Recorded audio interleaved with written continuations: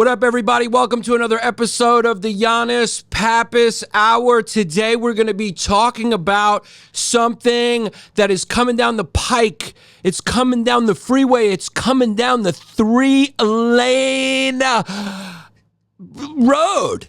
It's a roadway to Christianity versus Islam and capitalism versus socialism or communism, depending on how you want to call it. Now, the Christian, Muslim, Jewish, Zoroastrianism, Buddhism, atheism, agnosticism, it's all irrelevant to what we're going to talk about today.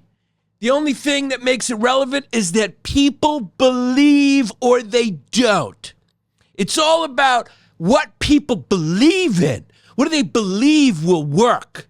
Religion works for a lot of people. Communism works for North Korea. And I think North Korea exclusively. I think we're down to one holdout. We got one holdout and we can't get in. We don't know. If you take pictures or if you make videos, I think you're in trub. Now that just seems to be a part of what communism is about. Is let's keep it closed down, which I kind of like. You know, curiosity killed the cat. Why are you in everybody's business? Right? Why are you in everyone's business? Stay out of my business. What I want to do, I keep to myself. And nobody should ask any questions. Everyone's happy. How do you know? You don't. Because I told you everyone's happy. And also there's something to be said of when you don't know anything else, you're happy. There's something to be said about that. I remember I was banging out this au pair in college who grew up in Eastern Germany. And she said, you know, Boxstein, we didn't know any different. Everybody had Volkswagen. Everybody didn't know anything else. So we were happy. And I was like, yeah, you were 7. You know, you were 7 years old. You were 5 years old, whatever. I mean, you were a little too young to understand what was out there beyond, can I get this generic doll that I assumed that they gave them, which was sort of a gypsy that they could put pins in because it was Germany, right? So I sort of was some sort of sadomasochistic doll that every communist girl got. So she's like, we didn't know anything else. Everyone was happy. We had meals.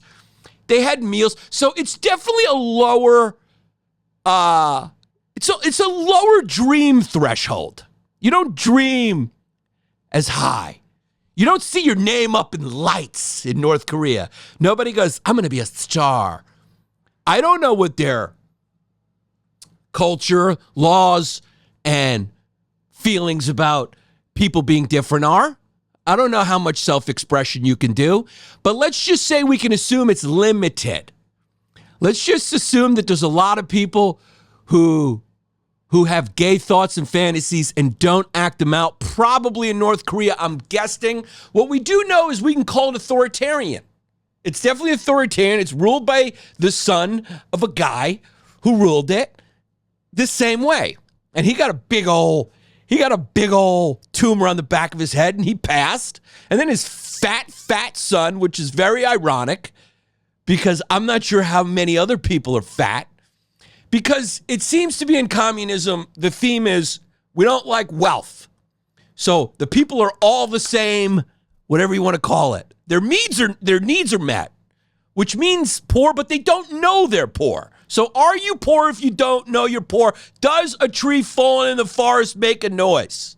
It kind of doesn't. If you don't know you're poor and you got nothing to compare about and you can't look at the outside world to compare yourself, then you don't know you're poor. You just walk around with a empty feeling in your stomach, but it's the norm.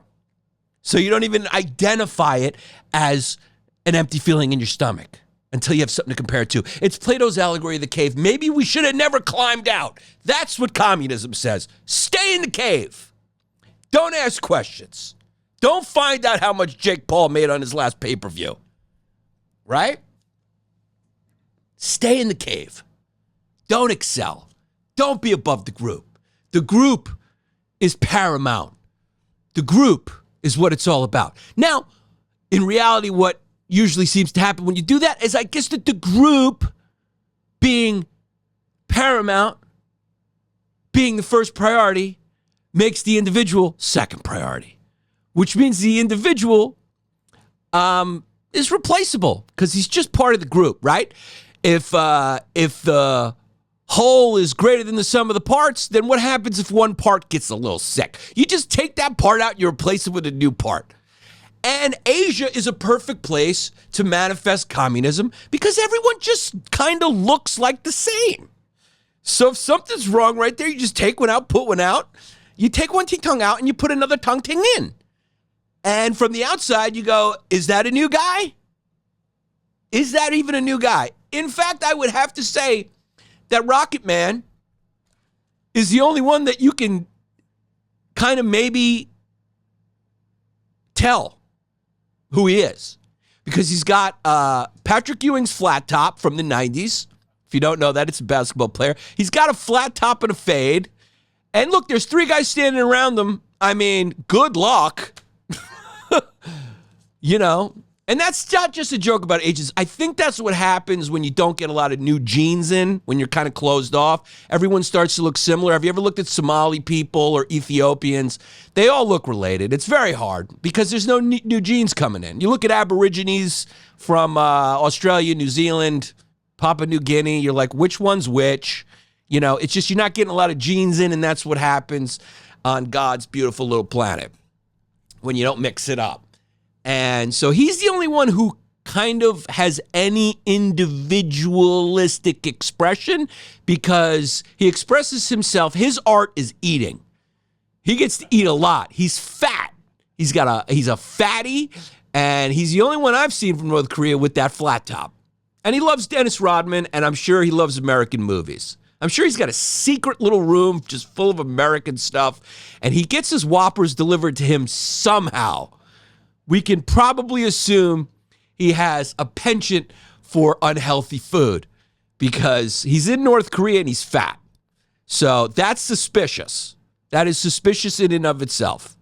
Okay, it's like when a fat person tells you they have a thyroid problem and you go out with them to eat and all they order is a salad and you're going, something's not adding up. Something's not adding up. You're overweight. You're a big beauty.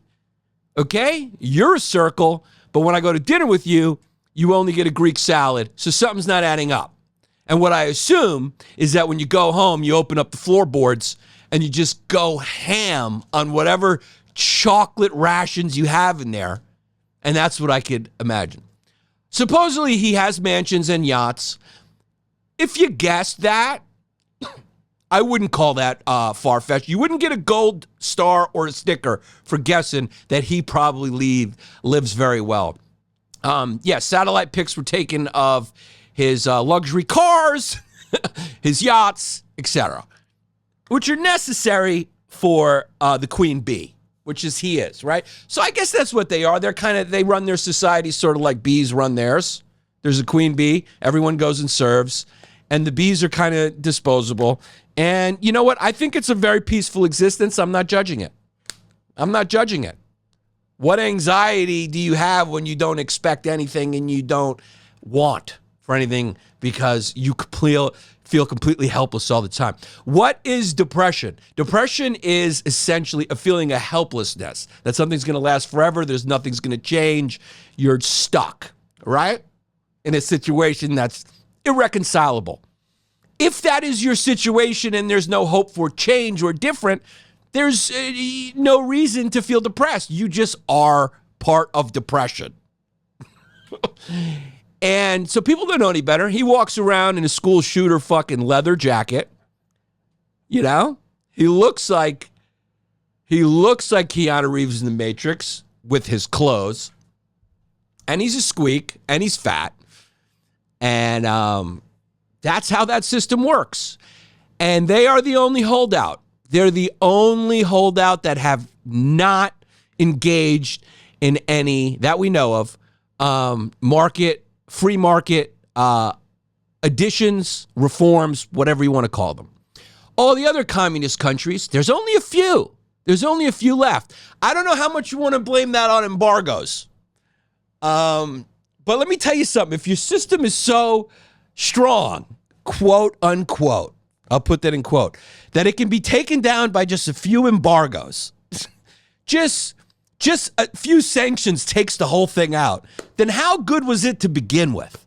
Because that is always the argument that people who love the idealism of this idea always make, is they blame the embargoes. So we only have 5 left. And of those 5 that are left, only North Korea stays rooted politically and economically in communism. In China, Vietnam, Cuba, and Laos, they've opened up a little bit in various ways, right? Cuba's opened up a little bit to tourism. They said, oh, there's a few bucks there. And what do you mean? You go, what do you mean? You don't need a few bucks from outside, from these capitalist pigs. What are you talking about? What are you talking about? You're communist. Because today we're going to discuss the difference between communism and socialism and all of the above and in between, because it's about to be popular again. Okay? As I've told you, we got a nice game of pickleball between retards going on. And so Donald Trump is making this popular again, and Donald Trump got popular because of this. So that's the game of ping pong we got going on. Mondami could become the mayor of New York, a very important job in America. The financial capital of this country may be run by a democratic socialist. And we're going to tell you what that means, what they say, what it means, what they withhold, if anything, and all of the above. We're just going to discuss it. We're going to just discuss what it is, where it comes from, what makes it popular, what's the difference between North Korea and Sweden. We're going to get into it all, okay? Because a lot of people are confused about what it means. So China is historically and politically communist, right? What does that mean? So that means that they're not quite ready to admit that it didn't work and that a lot of people had to starve and die and it didn't produce wealth to spread around for each to have according to his need, whatever the expression is that Marx, who hated his mother, came up with. Okay? So that's what we got going on. We have a political communist party. Now, what does that mean? It's a fancy way to say that they got here's another fancy way to say it. It's a one-party government. Here's another way to say it. It's concentrated power in one party, the CCP, right? Another way to say it is don't say anything we don't like. Another way to say it is we get a piece of everything you do with complete oversight. We're watching all of you, and we have complete control and unchallenged power to rule over what we allow and don't allow. Now, what China did was they started to allow, because they needed to, in order to catch up with the rest of the world. They started going, all right, we got to do something. We got to do something because this whole thing ain't really working too good. All right, we're still poor. We're still getting pushed around. And they go, how do people get rich? And they go, okay, we gotta go capitalist. Which is probably, is there anything more ironic that the only thing that has worked for socialist regimes, and you say, oh, what's the difference between socialism and communism? Okay, we're going to talk to you. I'm just going to say this one simple sentence. You can be a socialist without being communist. You cannot be a communist without being socialist. So I'm going to start there, and then we'll explain it further. But what they did in China specifically is they said we're gonna economically we need capitalist economic levers. They call them levers. They said, okay, we need capitalist levers to climb out of poverty, which seems to be the only thing that has worked in pulling populations out of poverty. It's the only thing that's worked. Truly, in history, You look at it and you go, that's the only thing that's worked. So what does that mean? Mao Zedong, who through his policies killed millions of people through starvation, political, suppression, all those things, because you can't be challenged. That's one thing that the communists always have a tough time with. They don't like other opinions, and they feel it's always a threat, and they just otherize anyone who's got any other ideas, and they discriminate against them, which you have to give them credit. It's usually not based on ethnicity, which is very progressive and makes it okay. Much like the murders that happened during the Muslim conquest that do not break Islamic law, it makes them okay because they're not discriminating against anyone because of their race, gender, creed, or whatever. Their religion they are, because communism is atheist because it's a don't be other people and blah, blah, blah. So they just want to take away hope from everyone. And but usually it's just a different opinion. So you can look like anything, which I think is very nice. You could look just like me, but if you don't believe in the withering away of the state and power to the proletariat, then you get killed. You get killed, which I think it doesn't mean it's bad, because at least it wasn't racist, is what I'm saying. At least it wasn't racist, because he killed his own people. So thank God those murders weren't racist, because that's what makes murder bad in this context. What makes murder bad in Islamic context different is if you're, I don't know. So Mao Zedong dies, late 70s, right?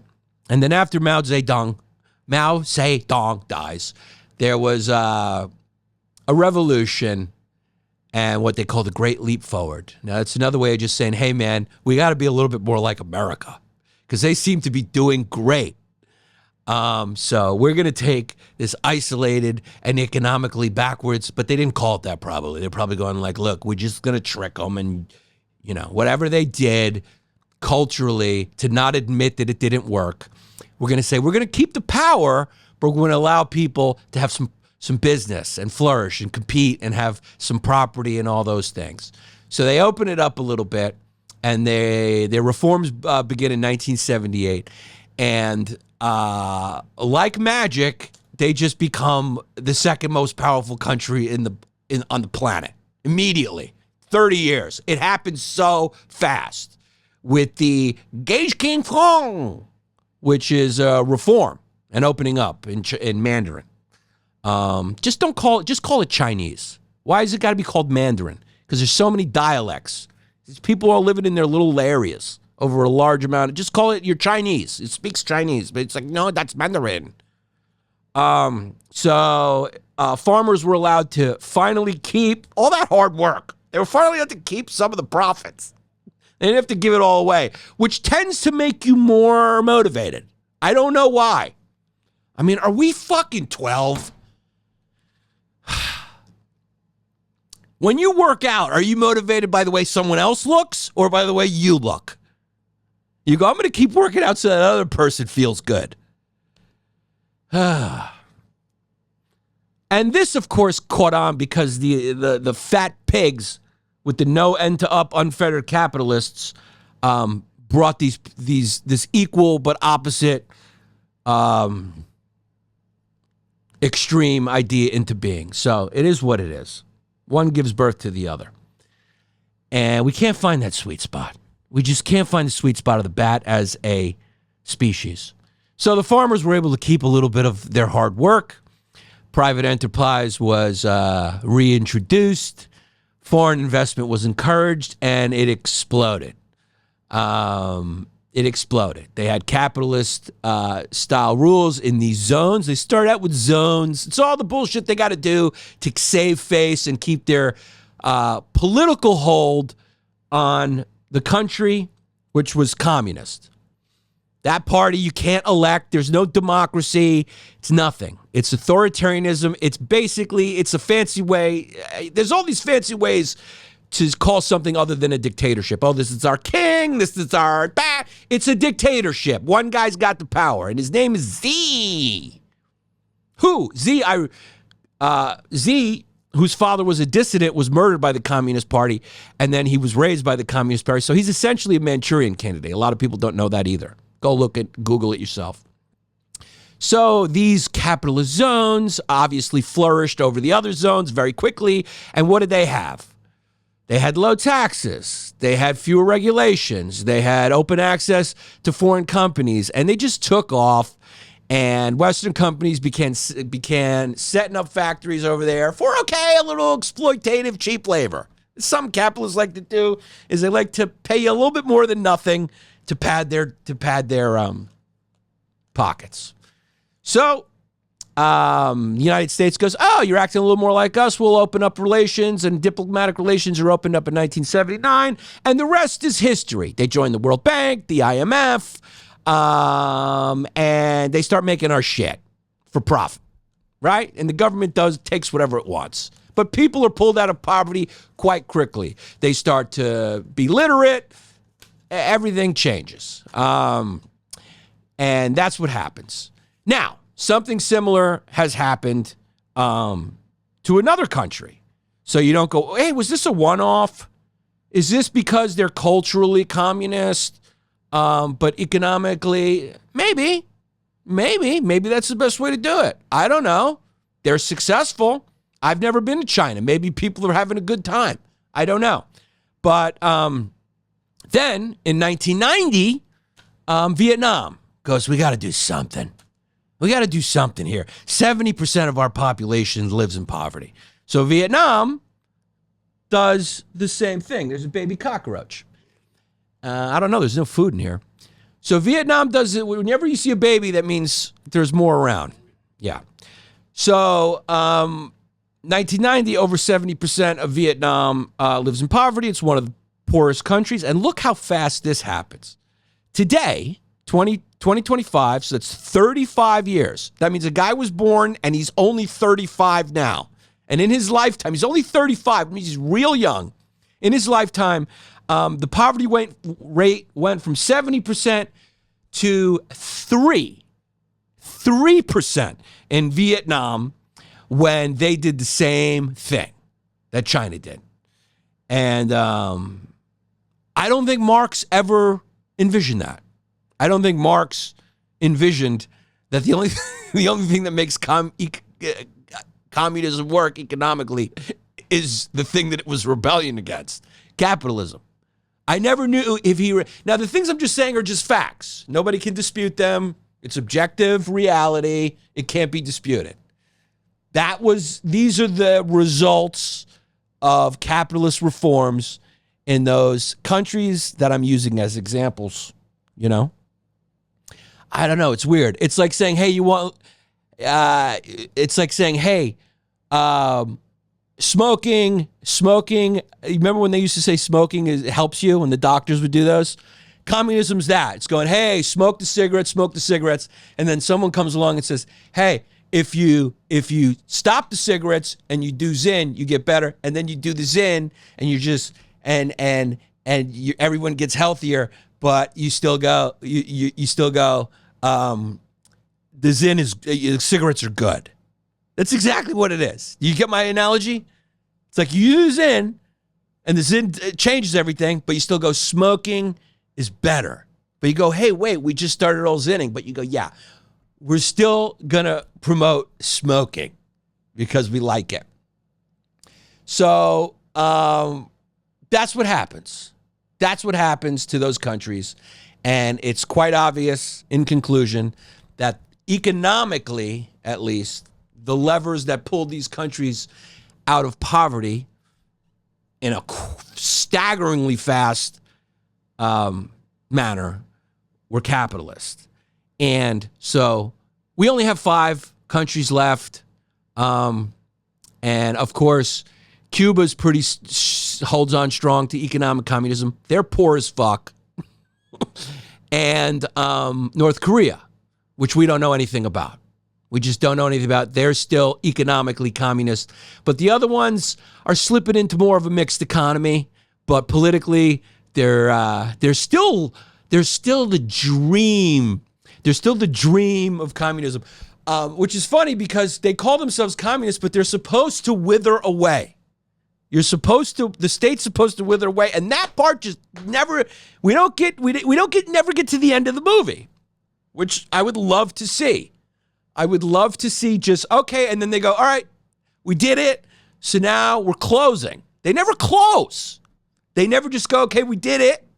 Everyone's got the same shit, so now there's no more state. The state just always stays, and because I assume you get the amenities for being the state is nice, because essentially they become the overseeing corporation that redistributes everything. They're the end all and be all, and they just don't seem to want to wither away.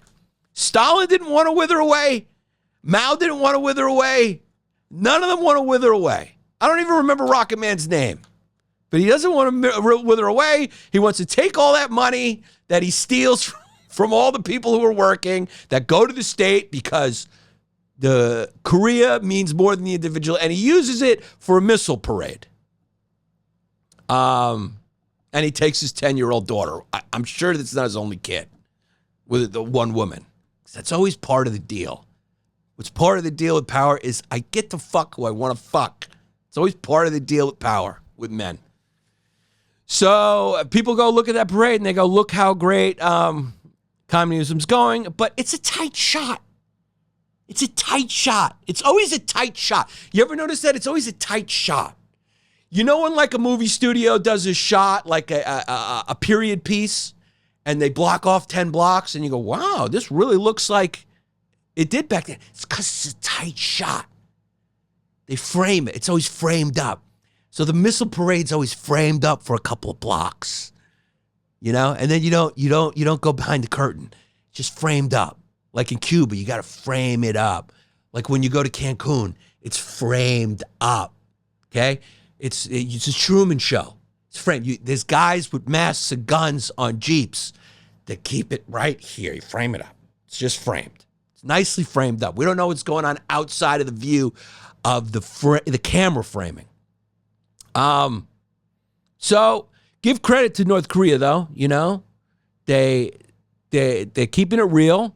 They're the only ones that keeping it real. You know, it's like when someone tells me they're Muslim, but I watch them eat bacon. I go, are you? Or when someone tells me they're Christian, but they're like, I'm okay with the gays. I go, are you fully? You know? Or when someone tells me they're Jewish and you know, they don't got a Frisbee on. I go, how Jewish are you? Well, I'm culturally Jewish. I'm blah, blah, blah. And I go, okay. So why not just become a Buddhist? Are you really?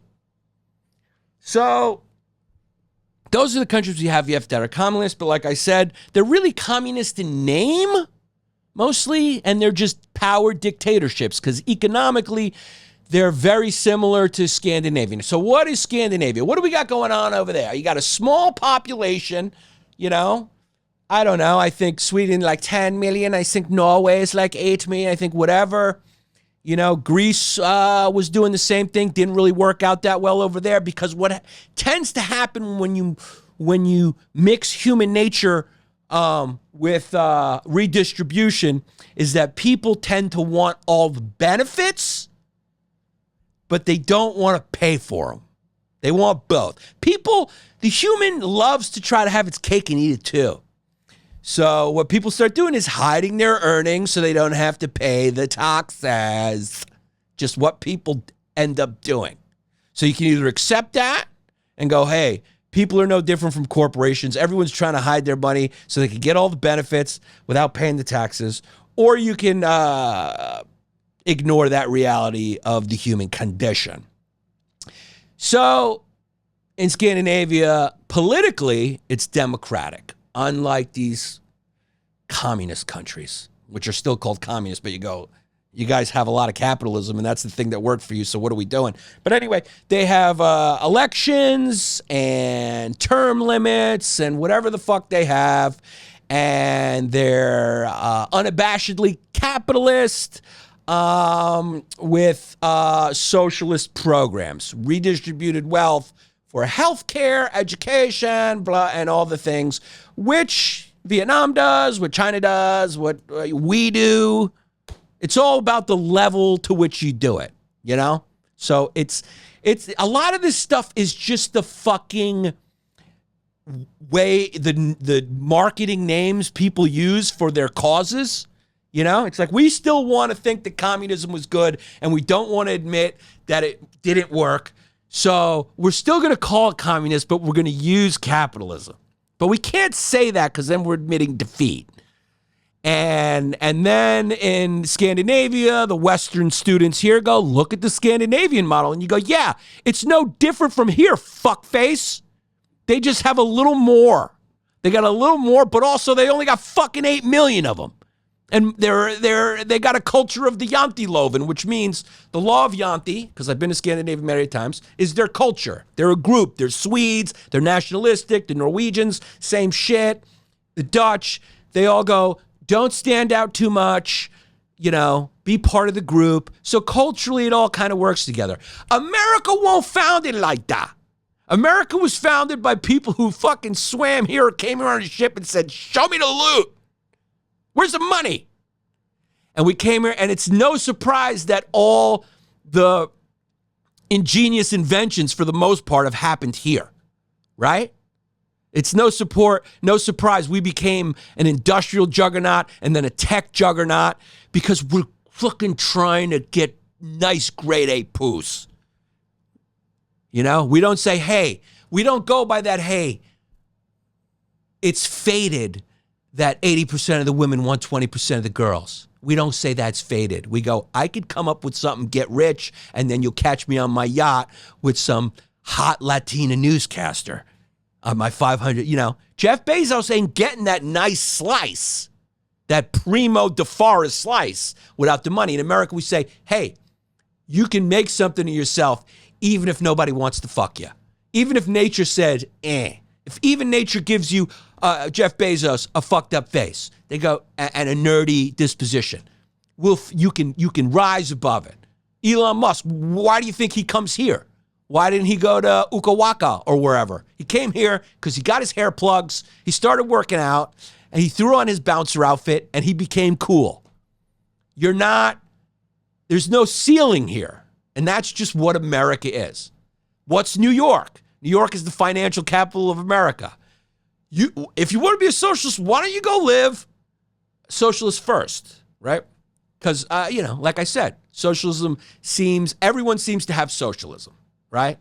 But the question is, it's not the primary mover. It's the check on the mover. But when you make it the mover, things tend to slow down for reasons that are pretty commonsensical if you're grown up and understand the human condition and what kind of pieces of shit we are. We don't like to share. And in some ways, it's not even a piece of shit. Sometimes you're just like, this person can only help himself. I can't help this person. And I know that because I did social work. And sometimes you just go, this person just wants to live on the street and there's nothing we can do. And that's just reality. So you got your political communism, you got your economic, and people use all these words, but essentially, communism was supposed to be all the above. Now, socialism is just this word people use because the ideas behind communism people took, and they used it as a check on capitalism. Because I think Marx actually works best as a critique of unfettered capitalism, right? Because without capitalism, is there even communism? Does it even exist? Right? Like, it was born out of seeing the disparity of capitalism. That's how it was born, right? It's like, do we even have iPhones if this guy doesn't talk to his daughter? No. Do we have iPhones if he wasn't adopted and had a huge hole in his soul from a mother rejection? No. Do we have socialism if we didn't have the inequities of capitalism? No. So things kind of work out, and socialism becomes a very effective countermeasure to the inequities of capitalism, which are inevitable if you've played the game of Monopoly. You don't have to be a fucking economist or smart to understand this shit. But what seems to motivate people the best is primarily being fucking selfish, thinking about themselves. And it seems to be that probably that's the most moral, right? Let somebody express themselves and be who they want to be in their heart. That seems to be what we value. And if you want to value the group over that, that should be fine too. But I don't know if it should happen in New York City. Is that what built New York City? Is that what New York City's about? I don't know. I'm just saying typically New York City became the financial capital of the world because of greed. Wall Street's here. It's a port city. You know, all the beautiful artistic things that grew out of here grew in opposition to that. And you needed to be in opposition to that. If it becomes the norm, it's not a rebellion anymore. Punk rock is not punk rock if you're not saying fuck you to Reagan. So you need Reagan to say fuck you to. Nobody thinks about that shit except for me. Helicopter view Pappas. A lot of good things are born out of bad things. Like Joe DiMaggio said, nobody who grew up rich ever made the big leagues. You need some economic disparity to motivate people to want to go up. You need a meritocracy for people to be motivated to bring out the best in themselves and create shit. If you took away the financial motive for doctors and researchers to come up with shit, you think they're going to be motivated to come up with shit to help their fellow man only? No, it's not enough of a motivating factor. What you need is money to get the puss. And that's what it is. And doctors and all these medical researchers have come up with shit because they knew they could get rich doing it. If Steve Jobs didn't think he could become fucking filthy rich, do you think he would have really been motivated to do that for people? Possibly, but it's rare. I can think of one person, Tesla, who was that enlightened, Nikola Tesla. And look how that turned out for him. He said, Mom, I did all this for mankind, and all I got was a slap in the face. Someone should have told young Tesla, hey, man, go get some puss. Stop sitting in your room like a fucking autistic kid being antisocial. Get rich. Get puss. Make money. Fuck hoes. You know? That would have changed everything. It would have changed everything. He would have been walking, instead of fucking just being this meek guy that let Edison steal all his ideas, he would have been Edison. So we're here now, right? And we got AOC, we have Bernie, we have this wing of the left. And you're going, who are they? What are they? Are they just like Scandinavia? I don't know. Sometimes you hear them say things. You go back to a young Bernie and you go, oh, I heard him say something that's a communist slogan. And like I said, there's a difference. Socialism is this. We've taken something from the Communist Manifesto. We've taken something, the redistribution, as a check on capitalism, and it often bails the greed of capitalism out. And then we continue, right? We have the crash, 2008. Socialism comes in, bails out capitalism. You know, some executives get off scot-free, and we go, look, this is the balance that we need. So they do kind of work nice as a balance. Of course, some people get away with murder or white-collar crimes. That's not right. But that's not the point of this episode. The point of this episode is to define what these things are. So socialism is different from communism in that it operates in a capitalist system. That's the difference between socialism and capitalism and communism. Socialism acts in a primarily capitalist economic system. Communism doesn't. It's all everyone shares, everything's redistributed, and our leader's fat. He's just fat, and he's got yachts. And that's North Korea. And I assume, to some extent, all the other countries that still like to call themselves communists for whatever reason. And I told you what that reason is. Just kind of to save face. I think they're just kind of saving face. And they want to keep control. The party wants to keep control. So democratic socialism is what we have. And what do they say they support? And I say that because it's very important to know that all the content creators you watch read a lot of the same articles you read. They don't have access to information. They don't have back channel conversations. They don't have access to the people who have back channel conversations, which only the good journalists of the past used to have. They have no experience in the field that they're talking about. They don't know. Like, for example, I told you, I was sure there was going to be no World War III just because, what leaders say publicly is often different from what they privately say.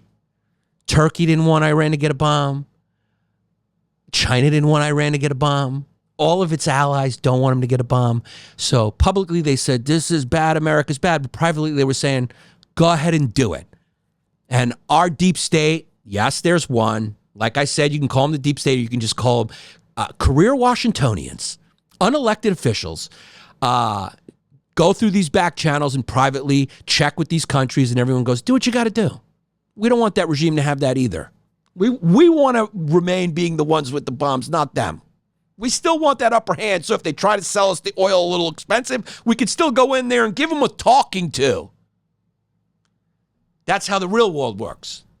Their allies, nobody wanted them to get nuclear weapons. Nobody, except for probably North Korea. Not enough. So even the countries that publicly condemned what the United States was doing through their proxy, obviously, of Israel, and what Israel was doing for their interests, nobody had a problem with, and that's why you didn't see any backlash. Putin didn't give a fuck. Nobody gave a fuck. No nuclear power wants more nuclear powers. And that's all there is to it. Side point. I bring that up because this is what they say publicly, but sometimes there's Freudian slips. And you go, is that what you believe? Because I did watch a video where Mondani, who is a candidate for mayor and a viable one now, said, he used the phrase, seize the modes of production, which is a communist slogan. Now, in this day and age, I don't know what that means because the modes of production are in China. So I don't even know what that means, which is a communist country, supposedly. So I don't even know what that means. But, he's a 33-year-old former rapper who grew up rich, who went to got a liberal arts education and changes his accents depending on who he's talking to. So he's a charismatic guy who I don't even think is old enough to understand what he believes, but I think he does know that he's got a talent, and that talent is being decent looking, smiling, and being able to galvanize people with his charisma, which we've also seen in the past. So they say they support multi-party systems, free elections, civil liberties, a mixed economy, which we already have, which combines social ownership, healthcare and education with regulated capitalism, which we have. Okay? I just want to say this to Republicans. I don't know if a lot of you understand that. And I also want to say that to progressives. I don't know if a lot of you understand that. But the poor do get health care. I worked as a social worker. They get health care and they pay less for it than me. I have to pay because that's how the system works. The more you make, the more you pay, right? They pay nothing. I worked with them. They could go to the doctor whenever they wanted because the middle class, which is what's fucked, pays, and the rich people do, but the middle class really gets fucked because they pay more than they should. Pay for all the poor people to do whatever they want. They go to the hospital, fucking homeless people get in, it's fucking paid for. So we have public education. Now, whether it's good or not, that's a whole nother thing. Again, that's not what this podcast is about. So we do have a mixed economy. We do have socialism, whether you like it or not, and we cannot function without it. Because without it, you see what happens. It's a fucking pig slop fest. Because there's no end to up, and humans can't keep their fucking pig noses out of the mud. They want to reduce inequality. It's great. Through redistribution and social welfare. We have that. We have that in different levels, in different states, in different places. Gradual reform. I don't know what that means. That's a nice one. That's one of the ones you want to look through. Because they say through democratic process. And if you compare that to communism will go, we want to do that through bloody revolution. So you're going, is it the same thing? Are you guys just, it's sort of like, when white supremacists stopped saying we're going to burn crosses, but what we're going to do is put on suits and get into office. You're going like, is that what's happening here? It could be. It did with white supremacists, right? It could be. I mean, Nick Fuentes is a white supremacist. He wears a suit. And he says blah, blah, blah, blah, blah. He's not burning crosses, but he's saying the things that make those people want to burn crosses. So you're going like, is this just your bloodless revolution? Probably. So, of course, you have the Scandinavian countries as your example. And Bernie Sanders, who's the head of that party, the old patriarch of the progressive wing, saying we want to be just more like Norway and Sweden, which basically means just a little more of what we have. Healthcare for all. But then if you got that, do they stop? Do humans ever do? Do they ever? Did the gays stop? Nobody stops. Nobody knows when to put down their sword and pick up their plow because the victory's done. And the reason they don't is because they're human and they need a cause to keep wanting to live. So then they find another one, even one that we don't need. And they go from there and they say, we got the gay marriage. Now we want to get into schools and have drag shows. They just keep going. It doesn't stop. So that's your difference, at least in what is officially being released. Their official statements is we want to just be a little more like that. Now, either that's all they want and they stop, because Sweden would never get rid of its primary capitalist economic lever. Norway wouldn't. Finland wouldn't either. It's where Nokia was born. It's where, they did some stuff. So is that where they want to stop? Or do they want to seize it all? Do they want to seize it all and give it to the people? And Mondani keep a lot for his rap videos. We don't know, right? But it's a valid question. I think it's a valid question, and I think my white supremacist example is a good example why it's a valid question, especially when you hear Freudian slips like, I want to seize the modes of production. You're going, what the fuck? What does that mean? So President Trump has obviously called Mondani a communist and a lunatic. But that's just what he does. I mean, he's gone after Elon Musk. So what do the experts say? Anna Grimamala Bus, who's at Stanford, says communism involves a centrally planned economy. Mondani is not calling for any of this, which is true, I guess. But he also wants to buy up land and have the government own it. And he said criminals, to put a criminal in Rikers costs $500,000 a year. To put him in a home, I guess free? When I say free, I mean they have their rights. They're back on the street. Because that seems to come with it too. It's sort of like, how has society failed you when you did your crime? They don't want to punish. They want to let you right back out. That's what this wing of the party is really for. That's what they like. He wants to put them in a 50,000, and he's framing it as it'll save a lot of money. But you're going like, I know it costs a lot of money, but we're going to put them back on the street? Is that your solution? To give them free housing? I mean, do they deserve free housing? I mean, what are we doing here? I know it costs a lot, but that's kind of what the price society pays to keep criminals off the street. Maybe we could take the jelly off the peanut butter sandwiches and save money too. I don't know. Again, Norway does it a lot more civilized. They have like nicer jails and shit. But again, there's fucking 8 million of them in the country. There's 9 million people on Long Island alone.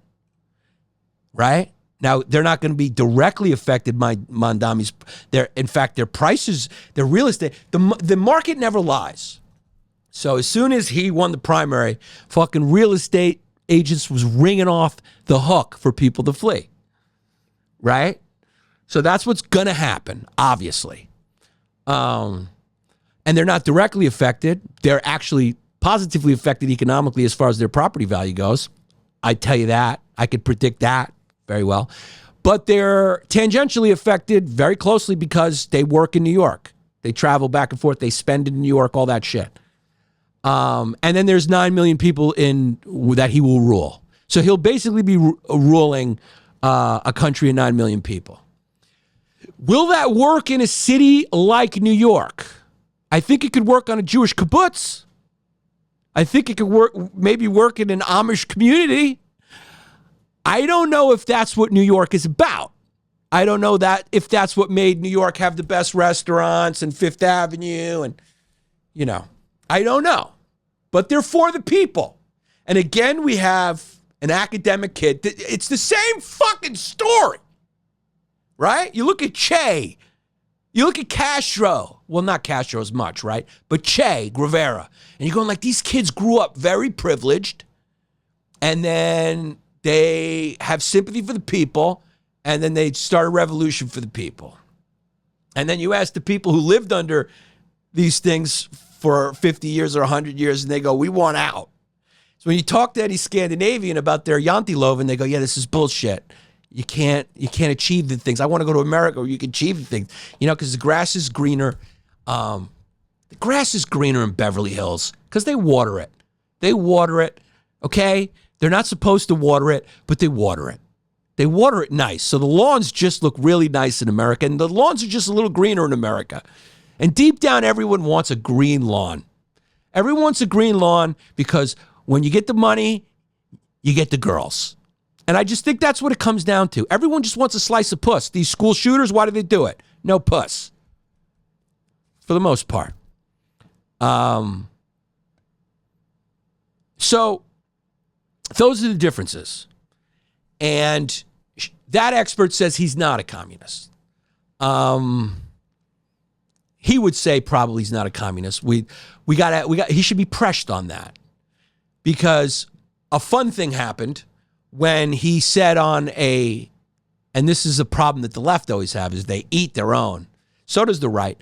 But he recently, he's trying to get elected mayor now. He's not just trying to win a primary over a guy who fucking, grabbed the butt cheeks of 13 girls. I mean, is this the best you can put forward? Can we get somebody who grabbed 11 instead of 13? So now he knows he has to say something decently positive about Israel. So, and all he said was he thinks Israel has the right to exist. And then he went on to say, but they need to international. Same shit my mother would say, right? Who was a communist. In some weird way. It's always like in there, they just like believe in good, They just love being on the sidelines of life going, I believe in good. So he said that, and then what happened is he got a protester at his own rally who was screaming at him about that. and screaming at him forcefully, saying, why the hell did you say that? Blah, blah, blah, blah, blah. A Palestinian protester. So they're angry at him because of what he said, and so he'll run into that. So what does he want? What do they want? What does AOC want? They're all getting in trouble. The right likes to dig into their past and say that they are not from the block, right? That they're not from the ilk that they're advocating for. But is that a gotcha really as much? Because like, what do you expect? Somebody really from the block? They don't know how to, if they're on the block, they're on the block because they don't know how to get off the block. So they're never going to get it together enough to run for office, right? Because that would mean that they're kind of capitalist. They want upward mobility, which is the irony of it all. This kid is motivated. He wants shit. Why was he a rapper? Did he want to redistribute the ticket costs to his shows? Or were there not a lot of them? Is that why he changed careers? But what does it mean exactly? Now had things gotten a little out of hand? Yeah, they have. We have a lot of billionaires now, and we have a lot of billionaires because a tech revolution happened, and there was a few people who were able to leverage that into other sectors of the economy quite easily and take over retail and television and things like that and just get ultra rich. And robots are coming. So we do have a problem. Do billionaires have too much? You're asking my personal opinion? It seems like they do. Do they deserve it? Probably. But also, should they give a lot of it away so they keep their foyer clear? I would. I wouldn't hide all the money in the Caymans.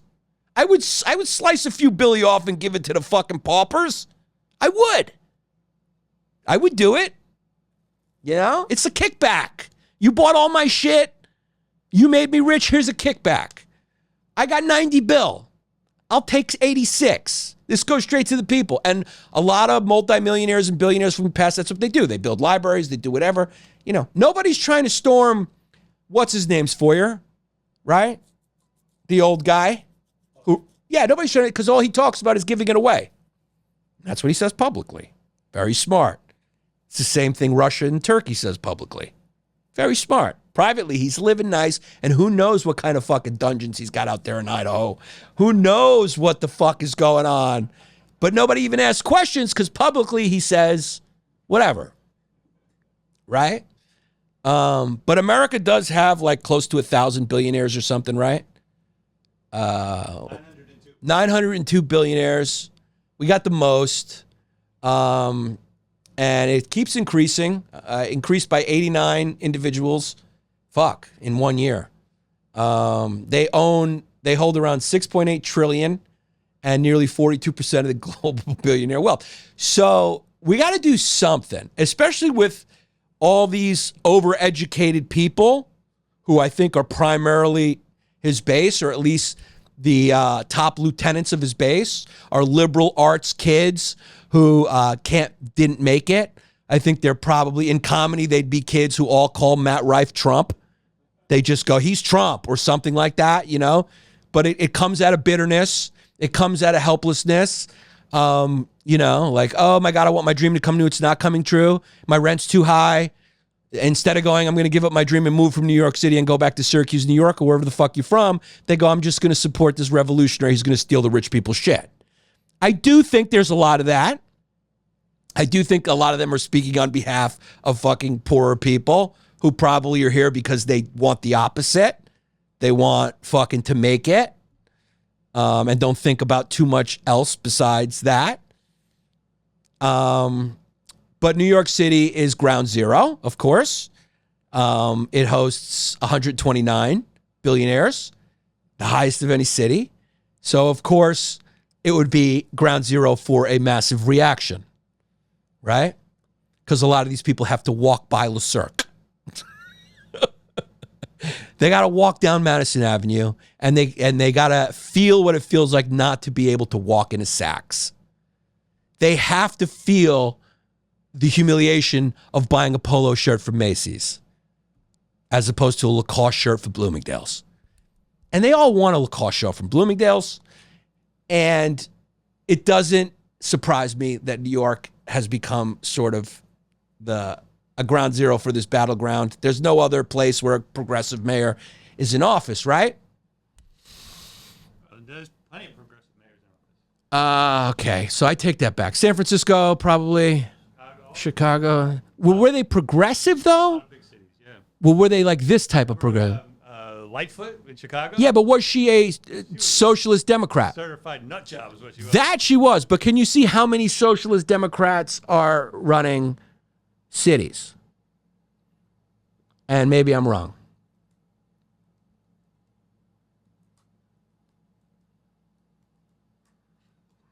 It just takes a second when you do two fingers in the U.S. Okay, let's see what we got. I'm probably wrong.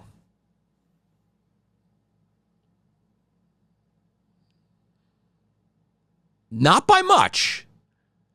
Not by much. So San Francisco's got one. You'd expect that.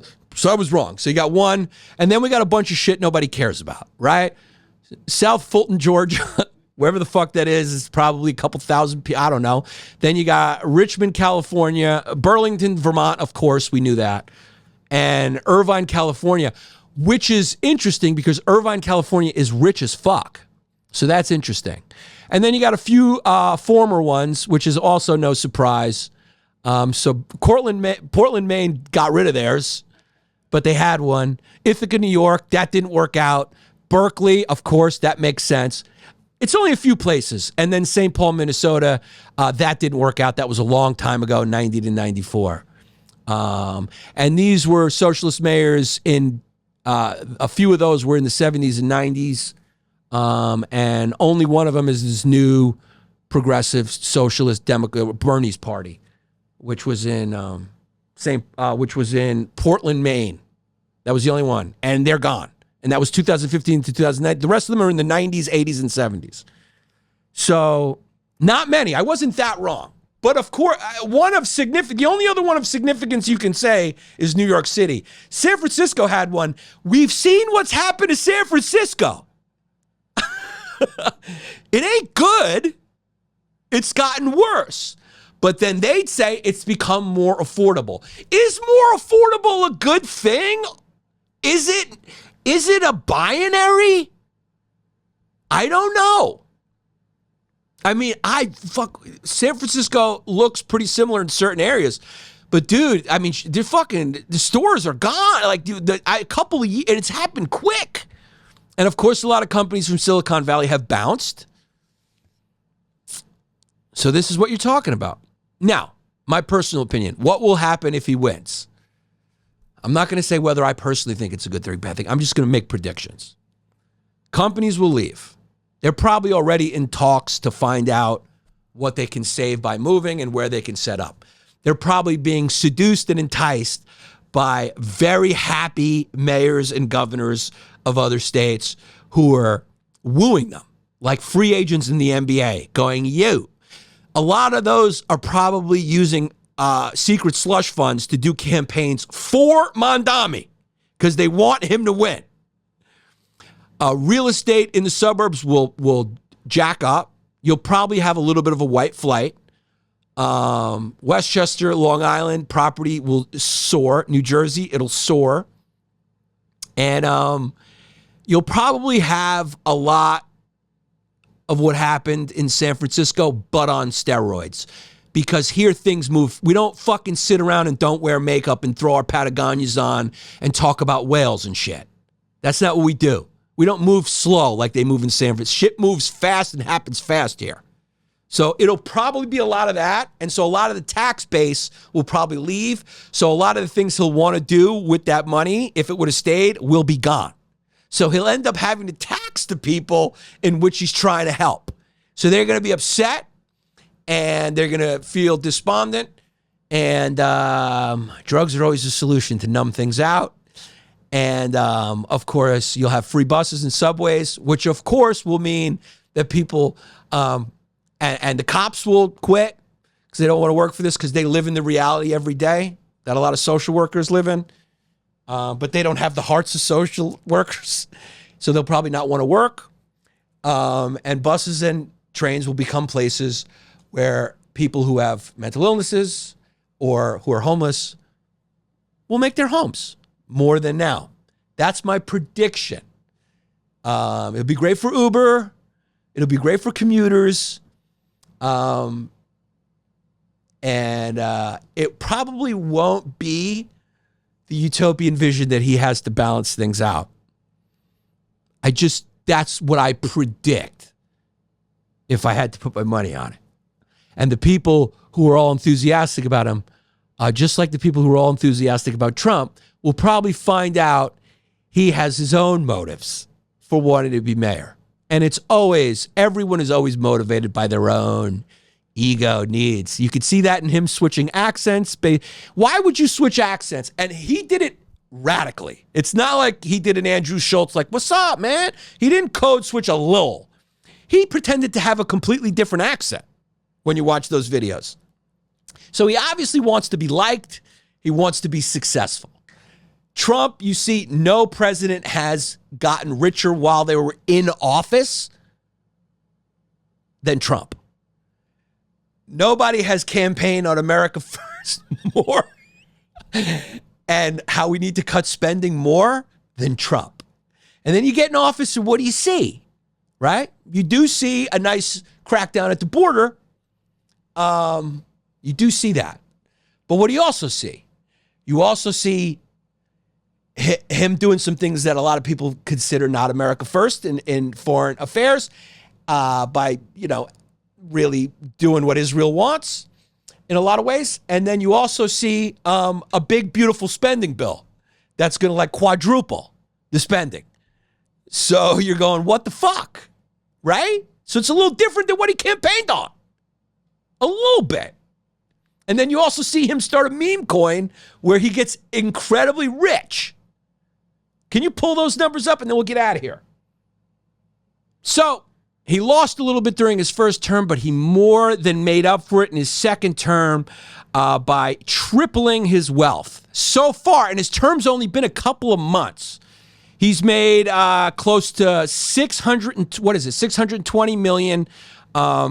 He's added to his net worth with his meme coin, with his crypto deal. And his second term has been highly profitable. He's also brokered a deal in Vietnam for his golf course while he was threatening to tariff the country. And his second term has made him the single biggest net worth gainer while serving as president in U.S. history. So he entered his second term with a net worth of roughly $2.3 billion. And as of 2025, he's now worth $5.1 to $5.4 billion. So he's gained about $3 billion, so that's double, but some estimate triple, primarily from the crypto, which you can believe whatever you want to believe about it, and real estate projects in UAE, Saudi Arabia, Qatar, and Dubai. So that's good. Before that, it was Billy Clinton who profited the most while he was in office. Two people who were very good friends. So what I'm saying is often it's not the reality that you think it's going to be on all the issues, and that's probably what will happen. My prediction, Mondami. I'm not saying whether I think it's right, wrong, either. I'm just making predictions. So there, I hope you learned the difference between socialism and communism and how they can be good, bad, and indifferent. I'm Yannis Pappas, and I'll see you next time when we talk about why murder may be good, bad, or indifferent. Join our Patreon at patreon.com/Yannis Pappas Hour to support the show. Get a bonus episode when we do it. Providence, July 11th. Come see me. And 12th, Rosemont, Illinois, which is basically Chicago, August 8th and 9th. Tampa, August 15th and 16th. Poughkeepsie, August 22nd, 23rd. Miami, September 11th and 12th. Bakersfield, California, October 3rd and 4th. October 18th. And Tulsa, Bozeman, Montana, Stanford, and West Nyack, New York. Get your tickets at YannisPappasComedy.com. Give a shout out to forthefree.art, music in Hawaii. Go check out bands and show listings on forthefree.art. Also want to give a shout out to Nate Linder at IndigoLabsAgency.com, marketing agency. Go check them out. Marketing solutions backed by data and proven by impact. Also want to give a shout out to Rebels-Raiders.com. Go check them out. Get a goat shirt. Go get a Woodland camo, M81, all types of cool gear up there for Armageddon. Also want to give a shout out to Suds Auto Spa, info at sudsAutospa.com. Car capsule unit storage solutions, paint protection, ceramic coatings will travel for work. The bigger the job, the farther they would travel. PCB Tech Art, Giannis 10 at checkout for a 10% discount.